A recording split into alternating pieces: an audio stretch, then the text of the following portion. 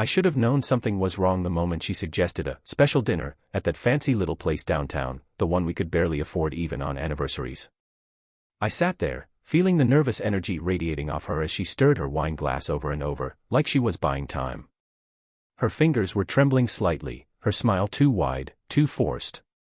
"You've been distant lately," I said, cutting into the awkward silence between our appetizer and main course. "Is there something you want to tell me?" She hesitated. Her eyes darted down to her lap, then up to meet mine, and in that one moment, that fleeting, gut punch of a second, I knew. I knew my world was about to split wide open. "I've been thinking," she started, her voice soft, too soft. "About us.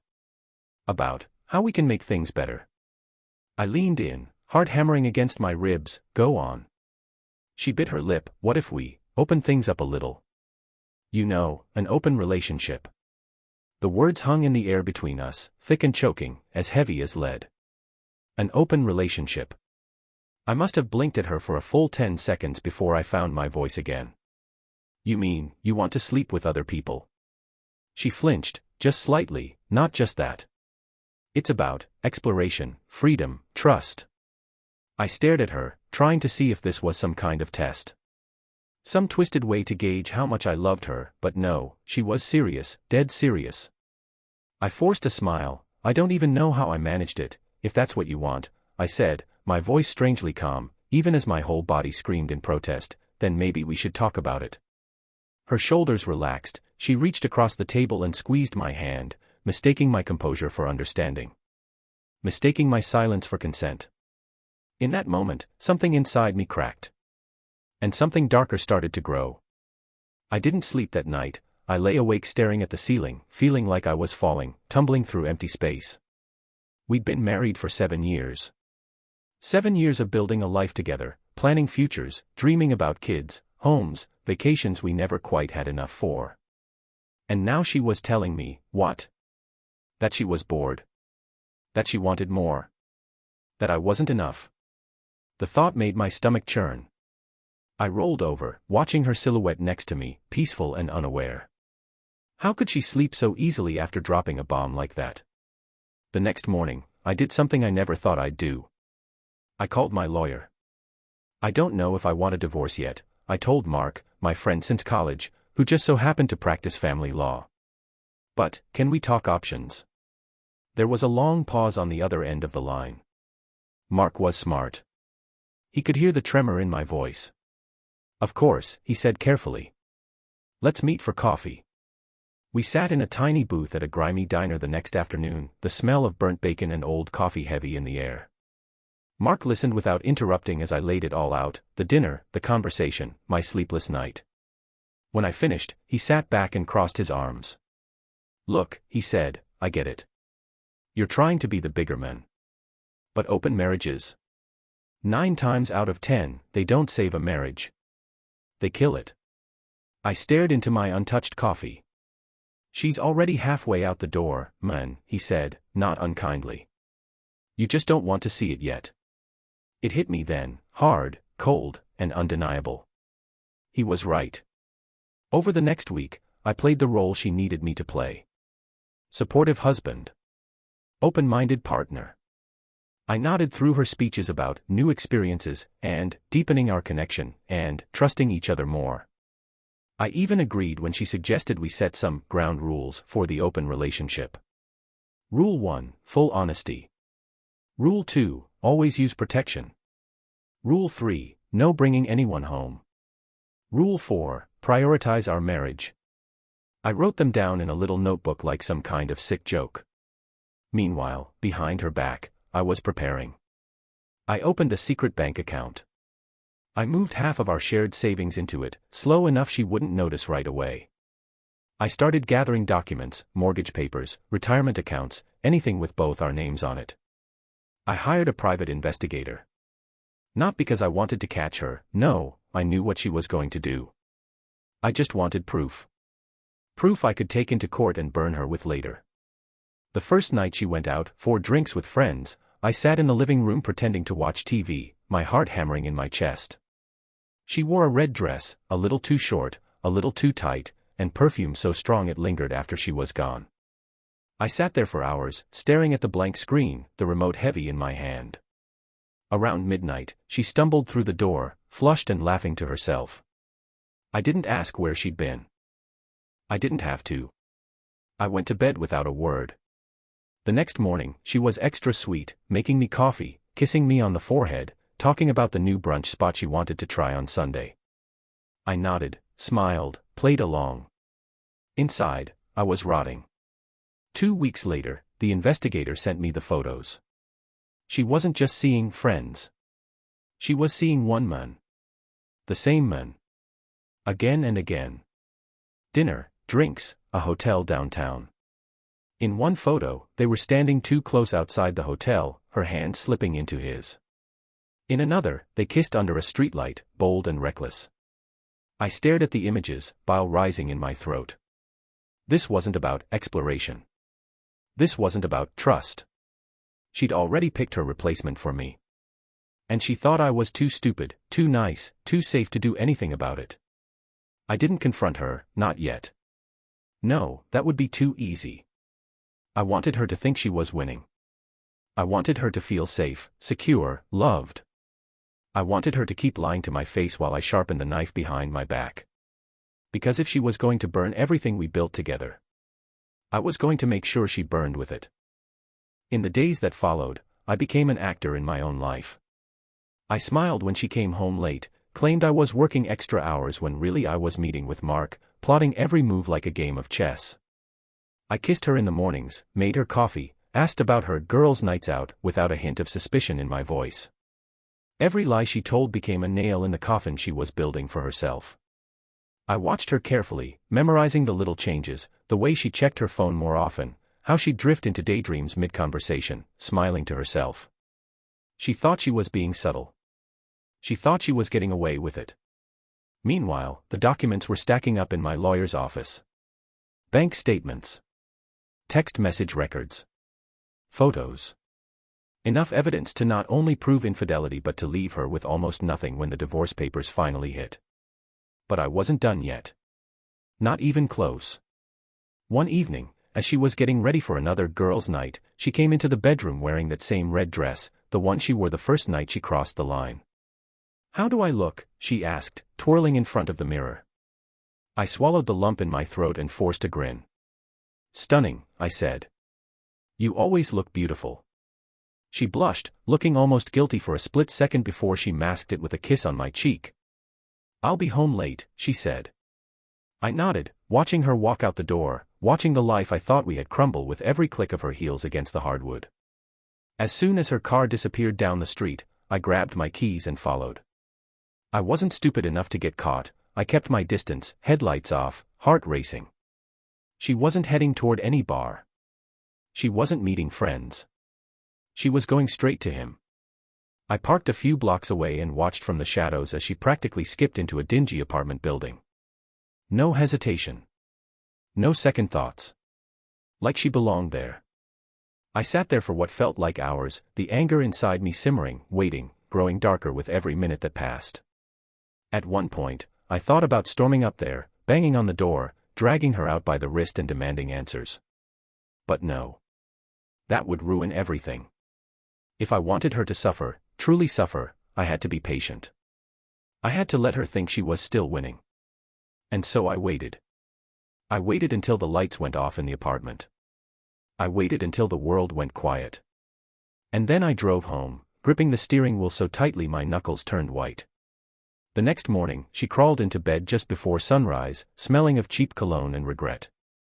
I pretended to stir, wrapping an arm around her as she nestled into me, murmuring something about being so tired.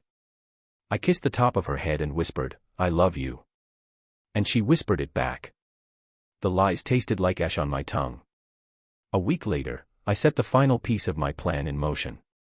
It was a Saturday morning.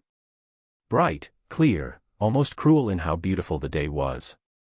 She was sipping coffee at the kitchen table, scrolling through her phone, probably texting him right in front of me. I sat down across from her, my heart pounding. "I was thinking," I said casually. "Maybe we should go away for the weekend. Just the two of us. Reconnect." She looked up, startled. For a moment, Guilt flickered across her face. Just for a moment. That sounds amazing, she said carefully. I'd love that. She was lying. She didn't want a weekend with me. She wanted a weekend with him. But she agreed anyway, because keeping up the facade was easier than facing what was coming. Good. That's exactly what I wanted. We booked a cabin a few hours away, remote, quiet, the kind of place you go to work on your marriage or find yourselves again. On the drive there, she talked about everything and nothing. New shows she wanted to binge watch, restaurants she wanted to try, vacations we could take someday. It was almost impressive, the way she pretended nothing was wrong. Almost. I smiled, laughed at her jokes, held her hand when she reached for mine. All the while, I thought about the divorce papers sitting in the glove compartment. Signed. Dated. Ready. And about the surprise I had waiting for her at the cabin. When we arrived, she gushed about how cozy it was, how perfect. I let her get comfortable, pouring us each a glass of wine, pretending to settle in for a romantic weekend. We sat on the couch, fire crackling in the hearth, the weight of everything we weren't saying thick between us. And then, just as she leaned in to kiss me, I pulled back. I have something for you, I said. She blinked, confused. Oh. What is it? I reached into the backpack by my feet and pulled out a manila envelope. This, I said quietly, is everything you've been asking for. She took it with trembling hands, a nervous smile on her face. She probably thought it was a love letter, or plane tickets, or some grand gesture. I watched her eyes scan the first page. Her smile faltered. Then disappeared altogether. This is a divorce filing, she whispered, voice breaking. I leaned back, sipping my wine. Happy anniversary, I said, my voice dripping with venom. She stared at me, mouth opening and closing like a fish gasping for air. I don't understand, she stammered. I thought we agreed. You agreed, I said coldly. You decided our marriage wasn't enough. You decided you needed freedom. I'm just giving you what you wanted. Tears welled up in her eyes. But I didn't mean it like this. I love you. No, I cut her off. You love the idea of me. You love having someone to come home to after you've had your fun. I stood up, towering over her. Well, congratulations. You're free now. She pleaded. She cried. She apologized. And for the first time in months, I felt nothing. No anger. No sadness. Just nothing. I watched her crumble in front of me, the way she had slowly crumbled our marriage behind my back. When she finally realized I wasn't going to budge, she switched tactics, rage, accusations, blame. You agreed to this, she screamed.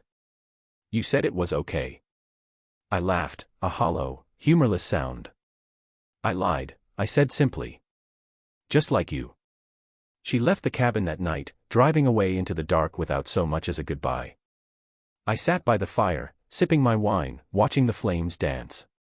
And for the first time in a long, long time, I slept like a baby. The silence after she left was deafening. It wasn't the peaceful kind of silence you might expect after escaping a toxic situation. It was heavier, like standing in the eye of a storm and knowing the worst wasn't over yet.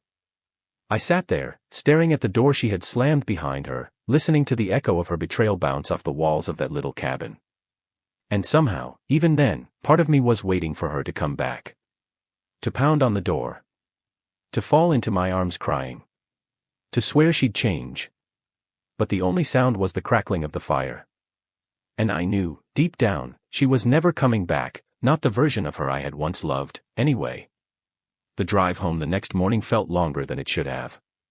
The roads blurred together under a gray sky, every mile between the cabin and home stretching out like a lifetime. I kept glancing over at the empty passenger seat, half expecting her to appear, laughing off the whole thing as some terrible nightmare. But the seat stayed empty. And so did I. When I pulled into the driveway, her car was already there. She must have beaten me back somehow. My heart kicked into overdrive. Was she inside? Waiting. Was she packing up her things? Had she brought him? I steeled myself and walked through the front door. The house was eerily still. Too still. I called out her name. No answer. Then I noticed it, a small, crumpled piece of paper left on the kitchen counter. I unfolded it, hands trembling despite myself. 4 words, scrawled hastily. We need to talk. I found her upstairs, sitting on the edge of the bed like a ghost of herself. Mascara smeared. Hair a tangled mess. Clutching a tissue in one hand like a lifeline. For a moment, neither of us said anything. Then she looked up at me with bloodshot eyes and whispered, "I made a mistake." I crossed my arms. Said nothing. I thought I needed more, she went on, voice shaking. I thought we were missing something. I thought it would fix us. Did it?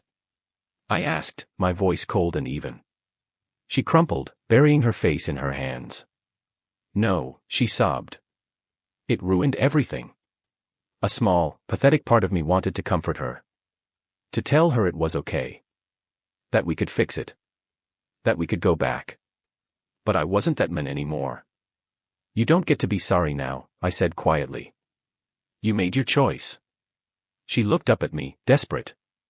But you said we could try, you said you were okay with it. I lied, I said, cutting her off. Because I knew if I told you the truth, you would have just done it anyway. You didn't want my permission. You wanted my compliance. She flinched like I had slapped her. Good. For the next few days, we lived like 2 strangers under the same roof. Passing each other in the hallways. Eating meals in silence. Avoiding each other's eyes. She slept in the guest room. I slept like a rock. It was over. At least, it should have been. But people like her, they don't let go that easily. The night before the court hearing, she came into the living room where I was packing some things. She stood there awkwardly for a long moment before speaking. Is there really nothing left? She asked. I looked at her, really looked at her, this woman I had once sworn to love forever, and felt emptiness. No, I said simply. Tears welled up again. She shook her head like she couldn't accept it. I'll change, she whispered. I'll do whatever it takes. You already did, I said. You just changed into someone I can't love anymore. The court day arrived like a funeral. We sat on opposite sides of the room, lawyers between us like referees in a match nobody could win. She looked at me once, a flicker of hope in her eyes. I looked away. I didn't need to hear her testimony. I didn't need to defend myself. The evidence spoke louder than any words ever could. The judge reviewed the case, infidelity proven beyond doubt. Assets awarded accordingly. Alimony denied. Divorce granted. Just like that, years of marriage boiled down to a few dry, clinical sentences. The gavel fell. It was over. Outside the courthouse, she chased after me. Please, she begged. Don't do this. Don't just throw us away. I turned to her, calm, collected. You threw us away, I said. The moment you decided I wasn't enough. She stood there, shattered, as I walked away. And I didn't look back. Not once. For a while after that, I thought I'd feel free. Vindicated. Even triumphant. But mostly, I felt hollow. Like I had won a war only to realize the battlefield was just a graveyard of everything I had once cared about. I tried to throw myself into work. Tried dating again. Tried pretending I was fine. But every smile felt forced. Every laugh rang hollow. She had broken something inside me I didn't know could break. One night, months later, I got a text from an unknown number. It was her. I miss you, it said. Please talk to me. For a moment, my thumb hovered over the screen. Old memories rose up, the good ones. The way she used to look at me like I hung the stars in the sky. The way we used to laugh until our sides hurt. The life we had built together. But then the rest came flooding back, the lies, the betrayal, the cold indifference in her eyes as she walked into another man's arms. And I realized. Didn't miss her. I missed who I thought she was. I deleted the message without responding. That chapter of my life was over. But the scars it left behind. Those would take much longer to heal. Maybe forever. They say time heals all wounds. But whoever said that clearly never had someone they loved rip their heart out and stomp on it like it meant nothing. Because months passed, and the ache still lingered, sharp some days, dull others, but always there, like a splinter buried deep under my skin. I kept moving forward, or at least I tried. New apartment. New gym routine. New friends. New life. But every now and then, I'd catch myself looking over my shoulder, half expecting her to be there. Like some phantom that refused to let me breathe. It was a rainy Thursday evening when I saw her again. I had just finished a late meeting and was jogging toward my car, head down against the downpour, when a familiar figure stepped into my path. Umbrella shaking in the wind. Soaked to the bone. Eyes wild with desperation. It was her. For a moment, we just stood there, staring at each other through sheets of rain. She opened her mouth to speak, but no words came out. I didn't move. Finally, she said, voice trembling, I need to talk to you. Everything in me screamed no. But something, curiosity, maybe, or that lingering sense of unfinished business, made me nod stiffly. We ducked into a nearby coffee shop, dripping water everywhere. I ordered 2 coffees out of habit. Neither of us touched them. She sat across from me, wringing her hands, eyes darting everywhere but at me. I made a mistake, she whispered. I almost laughed. Another one. I thought if I gave myself freedom, I'd find happiness, she said, voice cracking. But all I found was emptiness. Loneliness. Regret. I stared at her, silent. Waiting. I ended it, she blurted out. With him. With everyone. I raised an eyebrow. Everyone. Her cheeks flushed. She looked down at her hands. Guess it wasn't just one guy after all. Figures. I've been going to therapy, she said quickly, as if that would fix everything. Working on myself. Trying to understand why I destroyed the best thing that ever happened to me. I took a slow sip of coffee, buying time. She was spiraling, desperate for forgiveness. Desperate for the life she had thrown away. And maybe, once upon a time, I would have been desperate too. But not anymore. You want me to feel sorry for you? I asked quietly. She shook her head fiercely. No. I just want a second chance. I want to be the woman you deserved all along. I set my coffee down. You had that chance, I said. You burned it to the ground. Tears welled in her eyes. She reached across the table, grabbing my hand. Her touch sent a jolt through me, not of affection, but of cold, bitter memory. Please, she whispered. I'm not asking you to forget. Just, maybe, someday, forgive. I stared at our hands, hers clutching mine like a drowning woman. Then I gently pulled away. Forgiveness. It sounded so noble. So clean. But there was nothing clean about what she did. Nothing noble about the nights I spent wondering why I wasn't enough. Nothing noble about the way she had smiled, kissed me goodbye, and then gone to someone else's bed. I don't hate you, I said finally. She looked up, hopeful. But I don't love you either. Hope crumbled into heartbreak before my eyes. I'm sorry, I added, though I didn't know if I really meant it. And with that, I stood up, tossed a few bills on the table, and walked out into the rain. I thought that would be the end of it. That she would finally get the message and move on. But people like her, they don't give up when they lose something they think they're entitled to. They double down. A few days later, I got a call from my boss. Apparently, someone had been sending anonymous emails to the corporate office. Accusing me of misconduct. Questioning my work ethic. Even suggesting I had been involved in inappropriate relationships with clients. I almost laughed when I heard it. Almost. Because underneath the absurdity was a dark, chilling realization. She wasn't trying to win me back anymore. She was trying to destroy me. I went straight to HR, armed with evidence. Showed them the divorce papers. The timeline.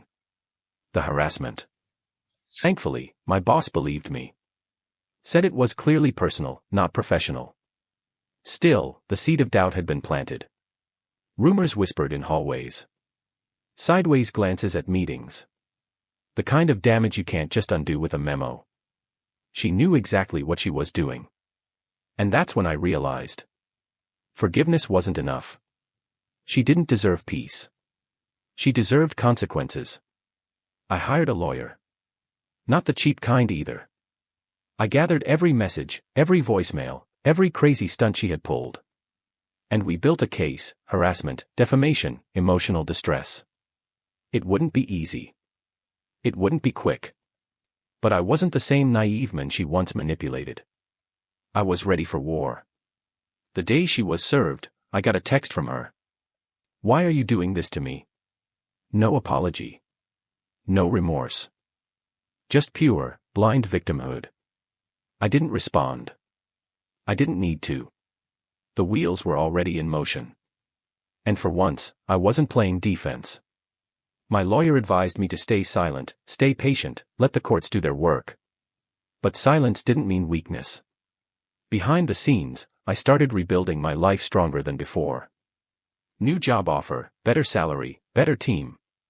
New condo, bigger, brighter, without ghosts in every corner. New hobbies, things I had once loved but abandoned for the sake of compromise. Photography. Hiking. Boxing. And maybe the most important thing.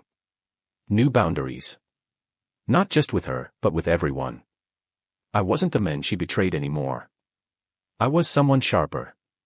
Stronger. Someone who knew that love without respect isn't love at all, it's a slow death. Someone who knew that loyalty without trust is a prison sentence. And someone who had learned, the hardest way possible, that sometimes the best revenge isn't destroying your enemies. It's surviving them. Late one night, standing on the balcony of my new place, city lights glittering below, I felt something I hadn't felt in a long, long time. Freedom. Real, gut-deep freedom. Not because she was gone. But because the version of me that needed her was gone too. I thought the worst was over. I thought filing the harassment suit would be enough to make her back off, to finally leave me alone. But I underestimated her. I underestimated how dangerous people can be when they realize they've lost control. Because when you take away everything someone believes they're entitled to, they don't just disappear. They become desperate. And desperate people. They're unpredictable. It started small. Little things, things that almost felt like coincidences. A slashed tire one morning before work. A nasty anonymous review about me online that mysteriously mentioned personal details no stranger could possibly know. Random hang-up calls at night. I told myself I was imagining things. That she wouldn't sink that low. But deep down, I knew. She wasn't done with me. Not even close. One evening, after a long day at work, I found a note taped to my front door. It wasn't handwritten. It wasn't signed. It was printed neatly on plain white paper, the words cold and clinical. "You're not safe. You'll never be safe." My hands shook as I read it. Not from fear exactly. From rage. From the sheer audacity that after everything, after her betrayal, her choices, her destruction, she still thought she could control me through fear. I called the police, filed a report. But without hard evidence, there wasn't much they could do. They advised me to install cameras, change my locks, be cautious. I did all of it. Security cameras. Alarm system. Even a baseball bat by the bed, just in case. I wasn't afraid of her physically. But crazy doesn't need muscles to do damage. It just needs opportunity. And I wasn't about to give her one. A week later, I got a call from a number I didn't recognize. Against my better judgment, I answered. It was her. Sobbing. Begging. "I don't know why you're doing this," she cried. "You're ruining my life." I almost dropped the phone. I was ruining her life. The irony was so thick it was suffocating. "You did that all by yourself," I said coldly. And I hung up without another word. After that call, something in me shifted. I realized I had been fighting this battle defensively, dodging her blows, patching the wounds she caused. No more. If she wanted a war, she was going to get one. but it would be on my terms. I met with my lawyer again the next morning. Told him everything, the threats, the vandalism, the harassment. He listened carefully, nodding, taking notes. When I finished, he leaned back in his chair, steepling his fingers. "You want her to stop," he said. "More than anything." He smiled slightly. "Then let's make it so painful to keep going that she finally understands what losing feels like." We filed for a restraining order. We expanded the harassment suit to include intimidation. We subpoenaed her phone records, her emails, her financials. Because here's the thing about people like her. They always leave a trail. They think they're clever, that they're invisible. But arrogance makes you sloppy. And my lawyer? He was a bloodhound. As the legal pressure mounted, her mask began to slip. She started showing up at my workplace, standing outside like some kind of tragic figure from a bad movie. Security escorted her away every time, but not before co-workers noticed. Whispers started again. Questions. I hated it. Hated the way she still managed to infect my life, even from a distance. But I held the line. Didn't engage. Didn't retaliate emotionally. Because anger is easy to exploit. Silence. Silence terrifies them. Then, one night, something happened that I'll never forget. I was sitting on my balcony, sipping a drink, when my phone buzzed. An unknown number again. Normally I would have ignored it, but something, maybe curiosity, maybe instinct, made me answer. There was silence for a long moment. Then, softly, almost brokenly, her voice. "I'm pregnant." The words hit me like a truck. For a second, my mind went blank. Pregnant. It didn't make sense. It didn't fit. But before I could even respond, she added, "It's yours." I almost laughed. Almost. Because it wasn't possible. We hadn't been together in months. She knew it. I knew it. This wasn't a plea. It was a ploy. A last-ditch effort to tether me to her forever. "Nice try," I said quietly. And hung up. I sat there for a long time after that, staring out at the city lights. Not angry. Not sad. Just tired. So tired. The next day, my lawyer called. Apparently, she had filed a counter-lawsuit, accusing me of emotional abuse, abandonment, even inflicting emotional trauma that allegedly led to her health issues. It was laughable. Transparent. But dangerous. Because even ridiculous lies can gain traction if repeated enough. Especially when the person telling them knows how to cry on cue. We fought it, of course. Every fabricated claim, every tear-streaked lie. It was exhausting. Expensive. Demoralizing. There were days I wanted to give up. To sign whatever papers would make it stop. To just disappear and start over somewhere far away. But then I remembered. She wasn't just trying to ruin my present. She was trying to rewrite our entire history, to paint me as the villain in a story where she was the helpless, heartbroken victim. And I refused to let her win. The court dates dragged on. Testimonies. Evidence. Cross-examinations. She showed up looking frail, pitiful, clutching tissues and sniffling dramatically for the judge. But the truth, once laid bare, is hard to ignore. The emails. The voicemails. The security footage. Piece by piece, her web of lies unraveled. And for the first time in what felt like forever, I saw something in her eyes that hadn't been there before. Fear. Real, genuine fear. The judge ruled in my favor. Restraining order granted. Her counter-lawsuit dismissed with prejudice. And best of all, she was ordered to pay my legal fees. It wasn't just a win. It was a message. You don't get to burn down someone's life and walk away without consequences. After the verdict, I walked out of the courthouse into the bright afternoon sun. I took a deep breath, feeling lighter than I had in years. It wasn't total victory, the scars she left would take longer to heal. But it was the beginning. The beginning of something better. Something real.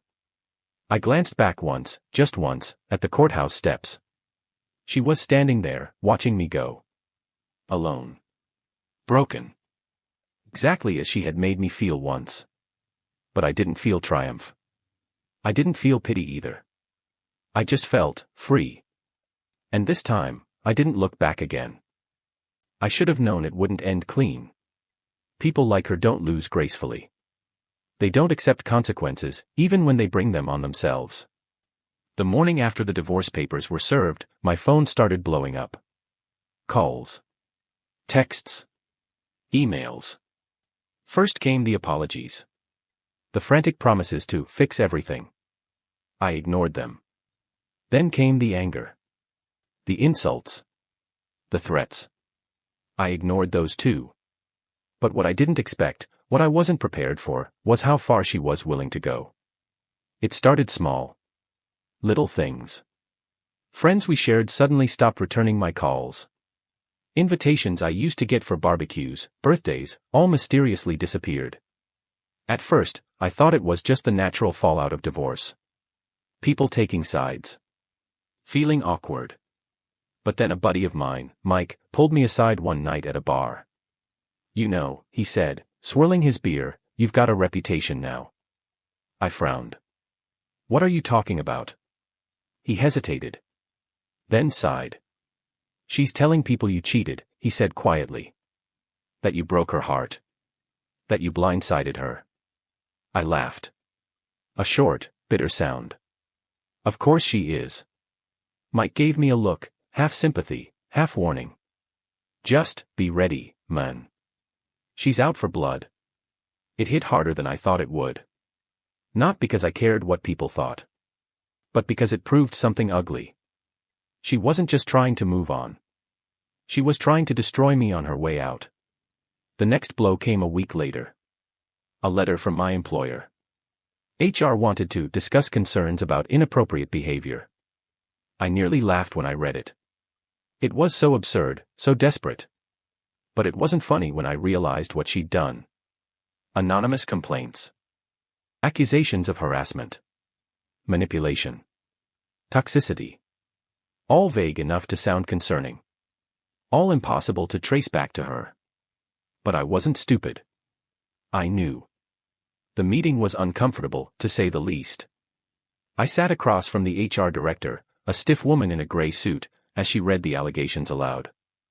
I kept calm. I answered every question directly. I provided documentation, emails, witnesses, anything to prove my side. After 2 grueling hours, they told me I could go. No action would be taken at this time. But the damage was done. The whispers started almost immediately. Co-workers avoiding eye contact. Conversations dying when I entered a room. I was radioactive. I spent a lot of nights in that tiny hotel room, staring at the ceiling, wondering how it had come to this. How someone who had once said they loved me more than life itself could turn so vicious.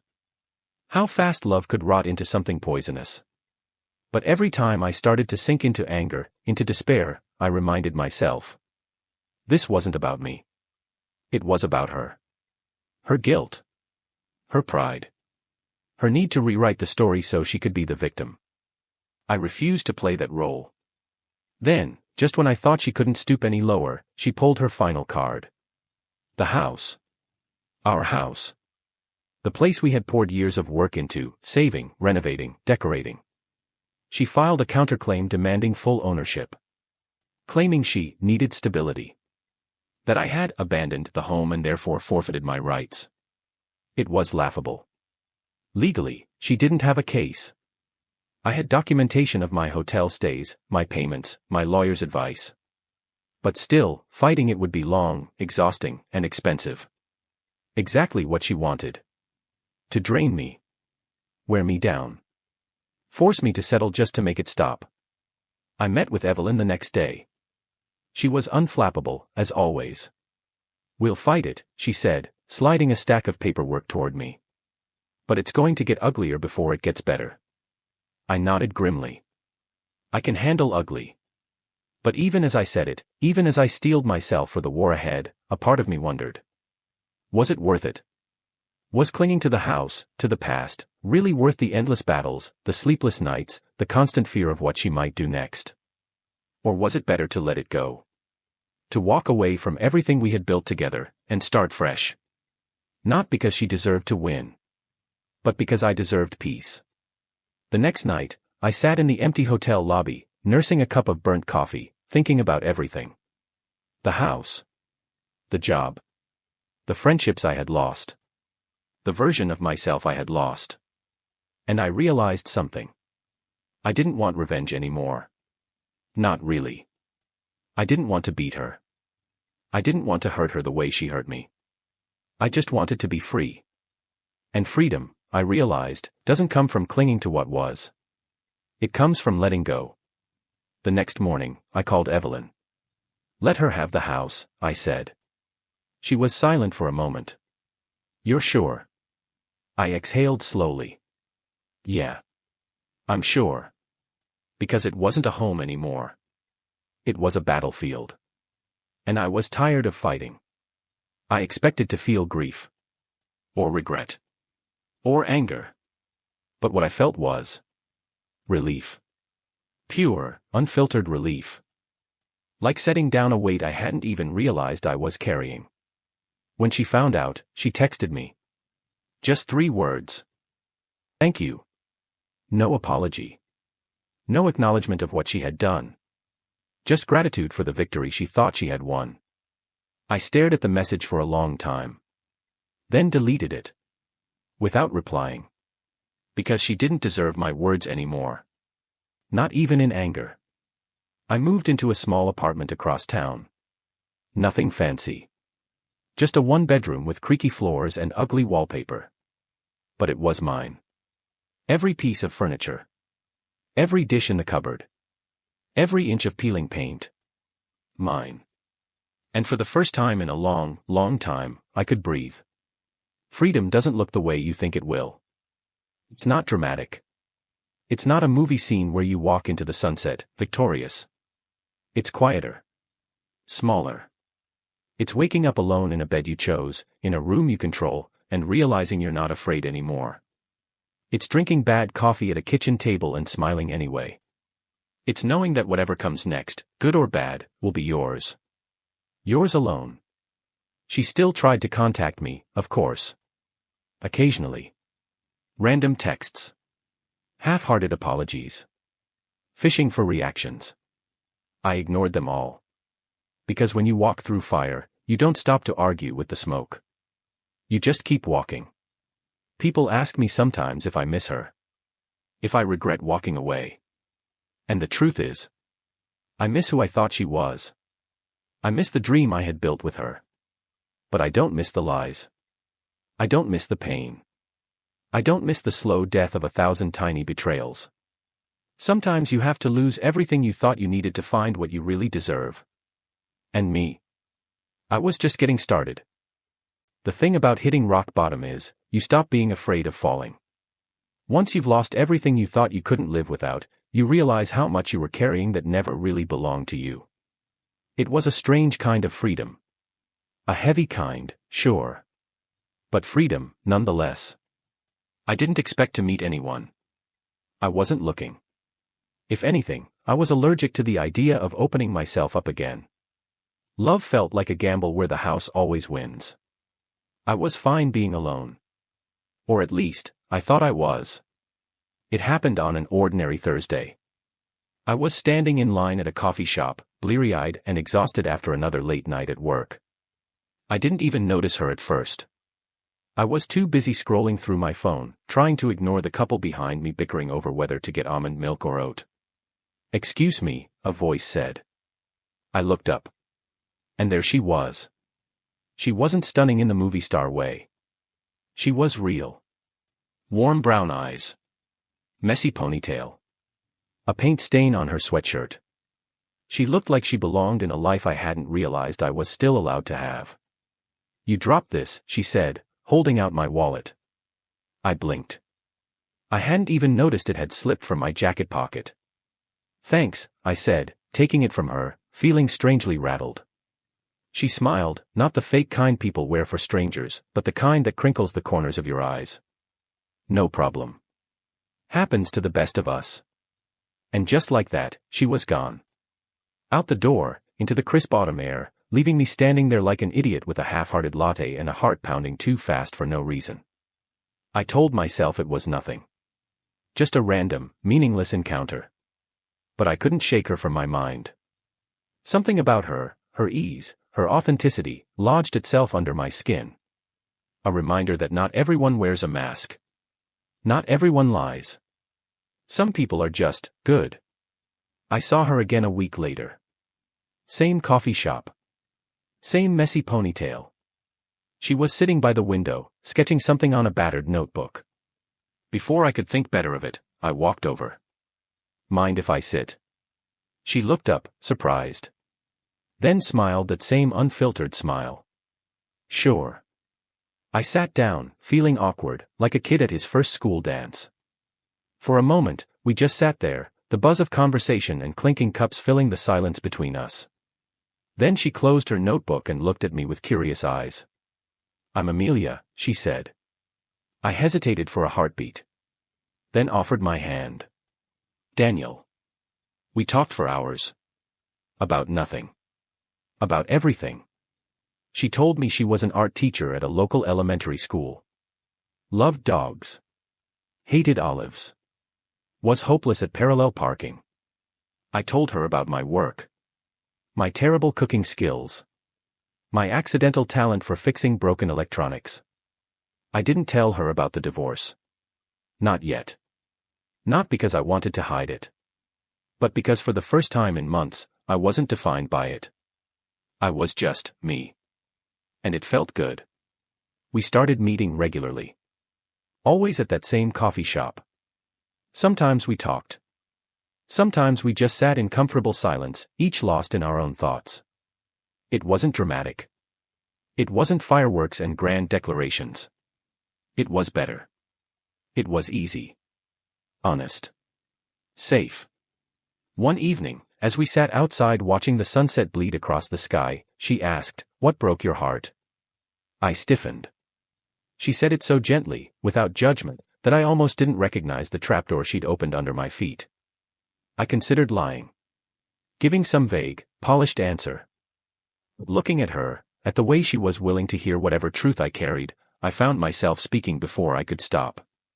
"My wife," I said quietly. "Ex-wife." I told her everything. The open marriage proposal. The betrayal. The lies. The war that followed. I didn't dress it up. I didn't make myself the hero. I just told the truth. When I finished, I braced myself for the inevitable look of pity. But she didn't pity me. She just nodded, like she understood something deeper than words could touch. "She didn't deserve you," Amelia said simply. And somehow, hearing it from her, from someone who had no reason to lie, cracked something open inside me. Not anger. Not grief. But healing. Real, terrifying, beautiful healing. We weren't a fairy tale. We had our own scars, our own baggage. But we were honest about it. We carried our broken pieces carefully, with kindness, not expecting the other to fix them. Just respecting them. And somewhere along the way, I realized. Revenge had lost its flavor. Winning didn't matter. Only living did. Only loving better next time. My ex tried to resurface one final time. It was around Christmas. She sent a long, rambling email. Apologizing. Claiming she missed me. Hinting, not subtly, that maybe we could rekindle something. I sat at my kitchen table, reading her words, feeling nothing. No anger. No sadness. Just a quiet, detached gratitude that I wasn't that man anymore. The man who would have said yes. The man who would have settled for being someone's second choice. I didn't respond. I didn't need to. Some silences are louder than screams. Amelia and I built something slow, steady, real. We didn't rush. We didn't pretend the past didn't exist. But we didn't live there either. We chose each other. Day by day. Moment by moment. And that, I realized, was the real victory. Not proving anything to my ex. Not making her sorry. But proving something to myself. That love is still possible. That trust can survive even the worst betrayals. That sometimes, after the storm, you don't just rebuild. You build something better. Something you never would have dared to dream of before the sky fell apart. And me. I was finally awake. Funny thing about healing, it doesn't happen all at once. It's not a sunrise you wake up to one morning, fully bathed in light. It's slower than that. Messier. More honest. Some days, you wake up feeling 10 feet tall, unstoppable. Other days, you're dragging your broken pieces behind you, wondering if you've really made any progress at all. But every step matters. Every scar has a story. And somehow, they start to feel less like reminders of what you lost, and more like proof that you survived. Life with Amelia wasn't perfect. We argued sometimes. About stupid things, whether pineapple belonged on pizza, it didn't, or if it was acceptable to leave laundry half-folded, it wasn't.